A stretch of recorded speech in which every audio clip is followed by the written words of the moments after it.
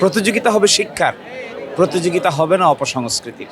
সকল ছাত্র সংগঠনকেই ছাত্র বান্ধব কাজের মাধ্যমে সকলের কাছে তাদের এজেন্ডা উপস্থাপন করা দরকার। কে কোন ছাত্র সংগঠন এটা দেখার বিষয় না, দেখার বিষয় হলো জাতিগতভাবে আমরা ভালো নেতৃত্ব পাচ্ছি কিনা।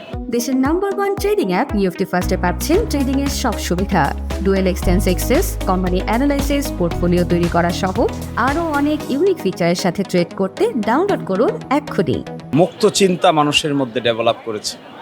আমি মনে করি সকল ছাত্র সংগঠনকেই ছাত্র বান্ধব কাজের মাধ্যমে সকলের কাছে তাদের এজেন্ডা উপস্থাপন করা দরকার, যেন ছাত্ররা যারা ভবিষ্যতে দেশ চালাবে তারা একটা সুস্থ স্বাভাবিক প্রতিযোগিতামূলক ব্যবস্থার মাধ্যমে গড়ে ওঠে এবং বাংলাদেশের সবগুলো শিক্ষা প্রতিষ্ঠানে ইনক্লুডিং ঢাকা বিশ্ববিদ্যালয় এখানে যদি এরকম একটা প্রতিযোগিতা হয় যেখানে সুস্থতা, ক্রিয়েটিভিটি, যেখানে পরস্পরের প্রতি সম্মান, শ্রদ্ধা, এরকম একটা বোধ শক্তির মধ্য দিয়ে যদি ডেভেলপ করে তাহলে ভবিষ্যতে আমরা ভালো নেতৃত্ব পাব। কে কোন ছাত্র সংগঠন এটা দেখার বিষয় না, দেখার বিষয় হলো জাতিগতভাবে আমরা ভালো নেতৃত্ব পাচ্ছি কিনা।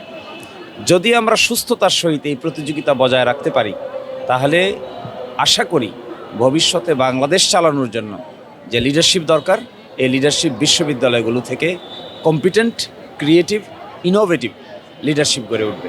এটাই হবে আমাদের সবচাইতে বড় প্রাপ্তি। ছাত্র সংগঠনগুলো কে কোন ছাত্র সংগঠনের সদস্য হচ্ছেন আর কে হচ্ছেন না তার চাইতে বেশি বিবেচ্য বিষয় হলো দেশ কী ধরনের নেতৃত্ব পাচ্ছে।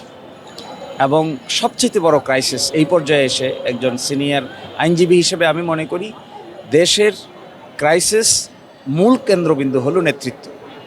এই নেতৃত্বের জায়গাটা বিশ্ববিদ্যালয় পর্যায় থেকে উঠে আসুক, এটা আমরা এক্সপেক্ট করি। And we are also at the same time comfortable to see our younger brothers are developing. They are preparing themselves to run the country, to administer the nation. এবং যখন ইয়াং এনার্জেটিক লিডারশিপ উঠে আসবে তখন automatic রাষ্ট্রটা আরও vibrant হয়ে উঠবে, আরও অনেক বেশি প্রাসঙ্গিক হয়ে উঠবে। আমরা বিশ্বের বুকে আরও অনেক বেশি গুরুত্বপূর্ণ এজেন্ডা নিয়ে বার্গেনিং করতে পারব। লিডারশিপ ছাড়া শেষ পর্যন্ত কোনো রাষ্ট্রই তার অভীষ্ট লক্ষ্যে পৌঁছতে পারে না। তো আমি এক্সপেক্ট করব শিবিরের মতো সকলে এরকম আয়োজন করবেন, সব জায়গায় ছাত্রছাত্রীরা ভিড় করবে এবং তারা শিখবে। প্রতিযোগিতা হবে শিক্ষার, প্রতিযোগিতা হবে না অপসংস্কৃতির। প্রতিযোগিতা এটা হওয়ার প্রয়োজন নাই যে আমরা কে কাকে গালি দিতে পারি। No, that should not be the competition. Competition হলো কে কার চাইতে বেশি নতুনত্ব নিয়ে এসে নতুন আমরা আন্ডারস্ট্যান্ডিং বিল্ড আপ করতে পারি। এটাই মনে হয় প্রতিযোগিতার মূল কেন্দ্রবিন্দু হওয়া উচিত। That is what is my feelings today and I feel comfortable.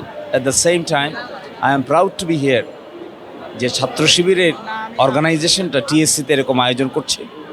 At the same time, I expect সকলেই এরকম আয়োজন করবে যেন একটা সুস্থ প্রতিযোগিতা ডেভেলপ করে। 1998 সালে আমরা বিশ্ববিদ্যালয়ে ভর্তি হয়েছিলাম। ল ফ্যাকাল্টিতে আমরা ক্লাস করতে যেতাম সকাল 8টায়, আর ঢাকা বিশ্ববিদ্যালয়ে এফ রহমান হলে থাকতাম।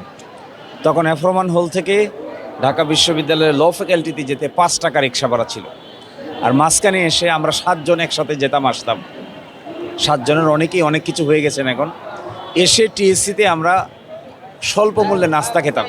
1 কাপ চায়ের দাম ছিল তখন 1 টাকা, একটা কেক ছিল 1 টাকা দাম, একটা সিঙ্গারা একটা সমোসা ছিল 1 টাকা, একটা সিঙ্গারা একটা সমোসা, একটা ছিল কেক 3 টাকা, আর একটা ছিল 1 কাপ ছিল চা, লেবুর চা। এটা খেয়ে আমরা 7 জন মিলে হেঁটে হেঁটে ক্লাস করতে যেতাম। মনে হচ্ছে সেই 28 বছর আগের সেই স্মৃতিটা এখনও জীবন্ত। এখানে এসে দোজ ডেইজ বিকাম প্রাসঙ্গিক আজকে। আর আমি ডিইউডিএসসি বিতর্ক করতাম তখন।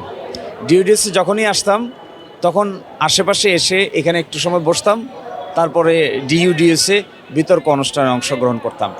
সেই দিনগুলোকে আজকে মনে হচ্ছে আবার ফিরে এলো। 28 বছর আগে আমরা ফিরে গেলাম এবং নতুন প্রজন্মের মানুষদের সঙ্গে আমরা এভাবে মেশার সুযোগ পাচ্ছি। আমি মনে করি এটাই হইল অভিজ্ঞতা আর ইয়তদের মধ্যে যুগসূত্র। এটা যত বাড়বে দেশ তত বেশি উপকৃত।